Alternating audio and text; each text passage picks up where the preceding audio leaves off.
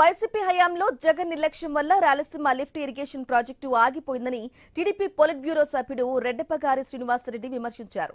AP Telangana విడిపోయి 10 ఏళ్లు గడుస్తున్న రాజకీయ లబ్ధి కోసం చంద్రబాబును విమర్శించడం సరికాదన్నారు. వైసీపీ నాయకులు బురద జల్లే ప్రయత్నం చేస్తున్నారని మండిపడ్డారు.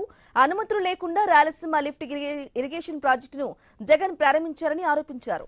ఇక నేషనల్ గ్రీన్ ట్రిబ్యునల్లో సరైన కౌంటర్ అఫిడవిట్ వేయకుండా వాదనలు వినిపించకుండా నిర్లక్ష్యంగా వహించారని విమర్శించారు. ఆ పాపాన్ని ఇప్పుడు చంద్రబాబుకు అంటగట్టాలని చూస్తున్నారని మండిపడ్డారు. రాయలసీమకు టీడీపీ హయాంలోనే న్యాయం జరిగిందని శ్రీనివాసరెడ్డి స్పష్టం చేశారు.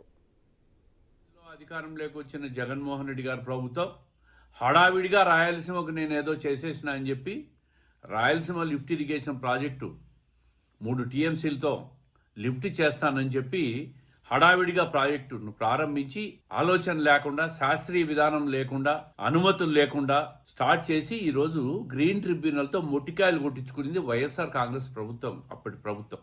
అప్పటి ప్రభుత్వంలోనే గ్రీన్ ట్రిబ్యునల్ ఈ రాయలసీమ లిఫ్ట్ ఇరిగేషన్ ను ఆపేసిందన్న విషయాన్ని వైఎస్ఆర్ పార్టీ వాళ్ళు గుర్తుపెట్టుకోవాలి. దాన్ని చంద్రబాబు నాయుడు గారి మీద విమర్శలు చేసే ప్రయత్నం చేసి ఏమీ దొరక్క ప్రతి ఒక్కరు కూడా చంద్రబాబు నాయుడు గారు రాయలసీమకు అన్యాయం చేశాడని మాట్లాడుతున్నారా?